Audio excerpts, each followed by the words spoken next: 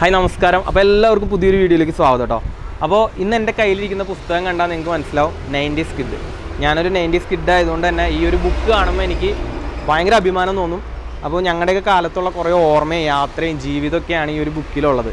അപ്പോൾ ഇതിൻ്റെ ഓഥറായിട്ടുള്ള നമ്മുടെ റീസേട്ടൻ നമ്മുടെ കൂടെ ഉണ്ട് കേട്ടോ.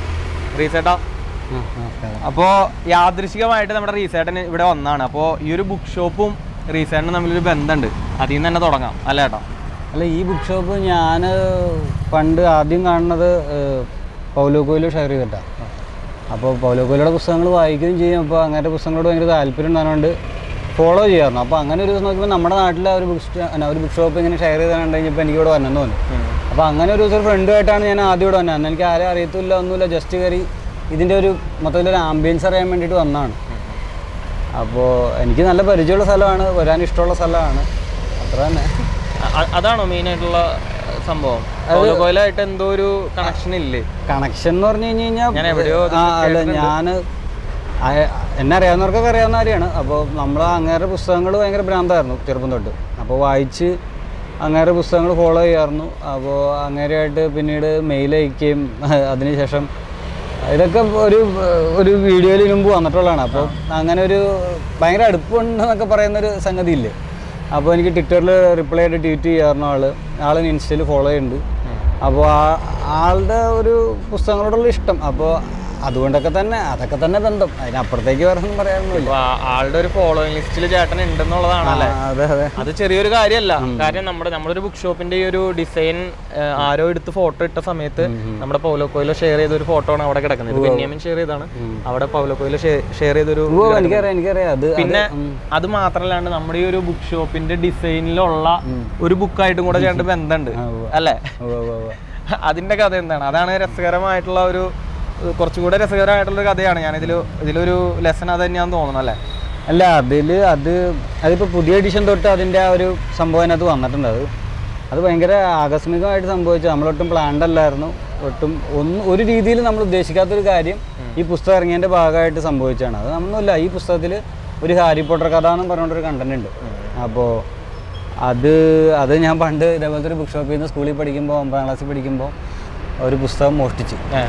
ഒരെണ്ണം മോഷ്ടിച്ചോളൂ. അത് ഹാരി പോട്ടറിൻ്റെ 7ാമത്തെ ഡെത്ലി ഹാലോസ് ആ പുസ്തകം. അപ്പോൾ അത് ഒന്ന് എടുത്തിട്ട് അതിന് ശേഷം അവിടെ ഒരു ഇൻസിഡൻ്റ് ഒക്കെ ഉണ്ടായി. അതൊക്കെ ഞാൻ വ്യക്തമായിട്ട് ഇതിനകത്ത് പറഞ്ഞിട്ടുണ്ട്. അത് എനിക്ക് ഭയങ്കര പ്രോമയുള്ള ഒരു മെമ്മറി ആയിരുന്നു. അപ്പോൾ രസം എന്താണെന്ന് വെച്ച് കഴിഞ്ഞാൽ ആ കണ്ടന്റുള്ള ഈ പുസ്തകം വർഷങ്ങൾ കഴിഞ്ഞ് ഈ പുസ്തകം ഇറങ്ങി കഴിഞ്ഞപ്പോൾ അത് ബുക്ക് സ്റ്റാളിൽ വിൽപ്പനയ്ക്ക് വന്നു. അപ്പോൾ ഞാനൊരു കൗതുകത്തിൻ്റെ അടുത്ത് പണ്ടെടുത്ത പുസ്തകമായിട്ട് അവിടെ പോയി അവിടുത്തെ അതിൻ്റെ ഓണറെ കണ്ടു, ചേട്ടനെ കണ്ടു, സംസാരിച്ച്. പുള്ളിക്കൊക്കെ ഭയങ്കര സന്തോഷമായി. കാരണം ഇങ്ങനത്തെ ഒരു ഇത് അവർ പ്രതീക്ഷിച്ചിട്ടില്ല. കാരണം ഈ അതിനെക്കുറിച്ച് എഴുതുക, അതേ പുസ്തകം ഇവിടെ വീണ്ടും വിൽപ്പനയ്ക്ക് വരിക എന്നൊക്കെ പറഞ്ഞാൽ അവർക്ക് ഭയങ്കര കൗതുകമായിരുന്നു. അപ്പോൾ ഞാനതൊരു ഭയങ്കര ന്യൂസൊക്കെ ആയി പിന്നീട്. അപ്പോൾ ന്യൂസൊക്കെ ആയി കഴിഞ്ഞ് കഴിഞ്ഞപ്പോൾ ഒരു ഹിന്ദുവിൽ ഒരു ന്യൂസ് വന്നിട്ടുണ്ടായിരുന്നു. അപ്പോൾ അത് ഇംഗ്ലീഷിലാണല്ലോ. അപ്പോൾ വലിയ സാധ്യതയൊന്നുമില്ല, ഇനിയിപ്പോൾ ഇത് എങ്ങാനും റൗളിങ് ഉണ്ടാലോ എന്നുള്ളൊരു മൂഡിൽ ഞാനതെടുത്തിട്ട് അവർക്ക് ട്വീറ്റ് ചെയ്തു ട്വിറ്ററിൽ. അത് ഭയങ്കര സർപ്രൈസിങ് ആയിട്ട് അവരത് കണ്ടു. ആ ന്യൂസ് ഷെയർ ചെയ്തു. അവർക്ക് ഭയങ്കര സന്തോഷമായി എന്നൊക്കെ പറഞ്ഞിട്ട് ഷെയർ ചെയ്തു. അപ്പം ഞാൻ നോക്കുമ്പോൾ നമ്മൾ 9ാം ക്ലാസ്സിൽ ചെയ്ത് കാണിച്ച ഒരു അബദ്ധത്തിൻ്റെ ഒരു സർക്കിൾ അവിടെ കംപ്ലീറ്റ് ചെയ്യാറുണ്ട്. കാരണം അത് എവിടെ എത്തണോ ആ കഥ അവിടെ എത്തി എന്ന് പറയണുള്ള അന്ന് എന്താണ് ശരിക്കും നമുക്ക് ആ ഒരു ബുക്ക് മോഷ്ടിക്കാനുള്ള കാരണം എന്താണ് ശരിക്കും? അതിന്റെ ഒരു പ്രൈസ് ആണോ? അതിന്റെ പ്രൈസ് ഭയങ്കര പ്രൈസാണ്. ഹാരി പോട്ടർ കുറച്ച് റിച്ച് കിഡ്സിന് മാത്രം വായിക്കാൻ പറ്റുന്ന കൈൻഡ് ഓഫ്, ആ ഏജിൽ അത് കറക്റ്റ് ആണ്. നല്ല വിലയായിരുന്നു, നമുക്ക് പറ്റില്ലായിരുന്നു. അപ്പോൾ നമ്മളെ കൊണ്ട് നോക്കുമ്പോൾ എല്ലാവരും ഇതിനെപ്പറ്റി സംസാരിക്കുന്നു, നമുക്ക് തോരണം വേണം തോന്നി. പുസ്തകം ഭയങ്കര ഭംഗി, എപ്പോഴും എൻ്റെ ഇരിപ്പുണ്ട് പുസ്തകം. ഹാർഡ് കവർ കോപ്പി തിരിച്ചത് ഷോപ്പിൽ ചെന്നപ്പോൾ അത് കാണിച്ചില്ല, അവരെ കാണിച്ചു. അത് കാണിച്ചു കൊടുക്കാൻ വേണ്ടിയിട്ടാണ് ഞാൻ പോയത്. ഇതാണെന്ന് ഇവിടുന്ന് എടുത്ത സംഭവം എന്നൊക്കെ പറഞ്ഞിട്ട്. അതിൻ്റെ പേരിൽ വാർത്ത വന്നു കഴിഞ്ഞപ്പോൾ എന്നെ കുറേ പേര് ചീത്ത വിളിക്കുകയൊക്കെ ചെയ്തു. ഇവനിപ്പോഴാണ് ബോധം വന്നതെന്നൊക്കെ. ബോധം വന്നതിൻ്റെ പ്രശ്നമല്ല, ഇങ്ങനത്തെ ഒരു സംഭവം ഉണ്ടാകുമ്പോഴാണല്ലോ നമുക്ക് വീണ്ടും അവിടെ ചെല്ലാൻ പറ്റുള്ളൂ. അതിന് മുമ്പ് ചെല്ലുമ്പോഴൊക്കെ നമ്മൾ കുറ്റബോധം കൊണ്ടാ ചെല്ലുക.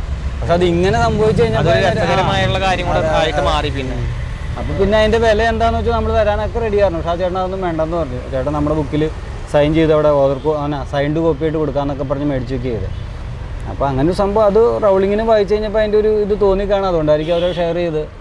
നമ്മൾ ചെറുപ്പത്തിൽ കണ്ട ഒരാൾ പുസ്തകമൊക്കെ വായിച്ച് ഒരു വലിയൊരു എഴുത്തുകാരി നമ്മുടെ ഇങ്ങനെ ഒരു സംഗതി ഷെയർ ചെയ്യാന്നൊക്കെ പറഞ്ഞു കഴിഞ്ഞാൽ നമ്മളെപ്പോലുള്ളവർക്ക് അത് മനസ്സിലാവും. ഇപ്പോഴത്തെ ജനറേഷൻ എന്തോരം മനസ്സിലാവും എനിക്ക്. അത് ചേട്ടൻ ചെയ്ത ആ ഒരു കാര്യം തന്നെയാണ് ആളുടെ അടുത്തേക്ക് എത്താനായിട്ടുള്ള ഏറ്റവും വലിയ അതെ അതെ, അത് വലിയ കാര്യമാണ്.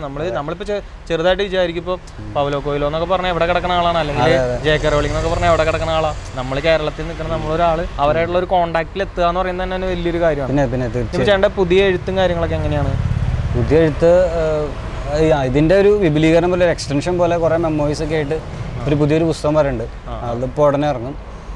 അത് ഒട്ടും പ്ലാൻഡ് അല്ലായിരുന്നു. അത് ഇങ്ങോട്ട് വന്ന് ഈ പുസ്തകത്തിൻ്റെ ഭാഗമായിട്ട് ഇങ്ങോട്ട് വന്നു ചേർന്ന ഒരു ഇതാണ്. അല്ലാണ്ട് ഞാൻ വേറൊരു പരിപാടിയാണ് പ്ലാൻ ചെയ്തുകൊണ്ടിരുന്നത്. അത് പക്ഷേ കുറച്ചുകൂടെ നീളുമായിരുന്നു.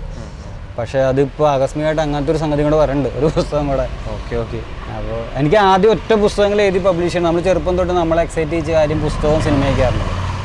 അപ്പോൾ അതുകൊണ്ടൊരു പുസ്തകങ്ങൾ പബ്ലിഷ് ചെയ്യണം എന്നുള്ള ആഗ്രഹം ഉണ്ടായിരുന്നുള്ളൂ. പിന്നീട് ഇപ്പോൾ അതിൻ്റെ ബാക്കിയായിട്ട് സംഭവിക്കണതാണ് ഇതെല്ലാം. ഇതൊക്കെ ഭയങ്കര ആക്സിഡൻ്റലി സംഭവിക്കുന്ന കാര്യങ്ങൾ. ഞാൻ പിന്നെ വേറെ കേസ് എന്ന് വെച്ചാൽ ഞാൻ റീസെൻറ്റിനെ ആദ്യമായിട്ട് കാണുന്നതല്ല കേട്ടോ. ഞങ്ങൾ ഒരുമിച്ച് പടം വർക്ക് ചെയ്തിട്ടുണ്ട്. അപ്പോൾ അന്നും ഞാൻ ശ്രദ്ധിക്കാറുണ്ട്, റീസേട്ടൻ്റെ സംസാരം ഞാൻ ശ്രദ്ധിക്കാറുണ്ട്. കാരണം എന്ന് വെച്ചാൽ പുള്ളി ഇങ്ങനെ കുറേ സ്റ്റോറികൾ പറയും. അപ്പോൾ ഒരുപാട് ബുക്ക് ആൾ വായിച്ചത് കൊണ്ട് തന്നെ പുള്ളിയുടെ അടുത്ത് എപ്പോഴും ഒരു കൂട്ടം ഉണ്ടാവും ഇങ്ങനെ കഥ കേൾക്കാനും. ഞാൻ ശ്രദ്ധിച്ചിട്ടുണ്ട്. ചേട്ടൻ ഓർക്കുന്നുണ്ട്, ഞാൻ ഫോട്ടോ ഞാൻ പറയുന്ന പോലെ തന്നെയാണ് നമ്മൾ എഴുതാറുള്ളൂ. നമ്മൾ അല്ലാണ്ട് അതിലൊരു സാഹിത്യ ഭാഷയൊന്നും എത്രയും വരണമെന്ന് നമുക്കറിയില്ല. നമ്മൾ എന്താണ് ഇപ്പോൾ സംസാരിക്കുന്നത് അതുപോലെ തന്നെ എഴുതി വയ്ക്കുക, അത്ര തന്നെ. അത് തന്നെ 90s കിഡ്സിൽ നമ്മളിപ്പോൾ ഓരോരുത്തർ വായിക്കുമ്പോഴും നമ്മുടെയൊക്കെ ജീവിതാനുഭവങ്ങൾ തന്നെയാണ് ഇതിൽ കൂടെ പോകുന്നത്. അപ്പോൾ നമുക്ക് ഭയങ്കരമായിട്ട് റിലേറ്റ് ചെയ്യാൻ പറ്റിയൊരു ബുക്ക്. ഈ പറഞ്ഞ കാര്യങ്ങളൊക്കെ ഈ ബുക്കിലുണ്ട്. അത് നിങ്ങൾ വായിക്കുമ്പോൾ നിങ്ങൾക്ക് ഇതിനായിട്ട് രസമായിട്ട് തോന്നും. അപ്പോൾ റീസെൻ്റ് അടുത്ത ബുക്കിനും ഒരുപാട് എന്താ പറയുക, ഒരുപാട് കോപ്പികൾ വിറ്റഴിയപ്പെടട്ടെ. ഇപ്പോൾ ഇത് 4ാം പതിപ്പ് എത്തിയിട്ടുണ്ട് അല്ലേ? അതെ, 4ാം പതിപ്പ്. അപ്പോൾ അടുത്ത ബുക്കിൻ്റെ അപ്ഡേഷനായിട്ട് നമുക്ക് ചെയ്യേണ്ട നല്ലൊരു ഇൻ്റർവ്യൂ ഇനിയും എടുക്കാം. അപ്പോൾ അടുത്ത വീഡിയോയിൽ എന്തായാലും കാണാം. Okay, thank you.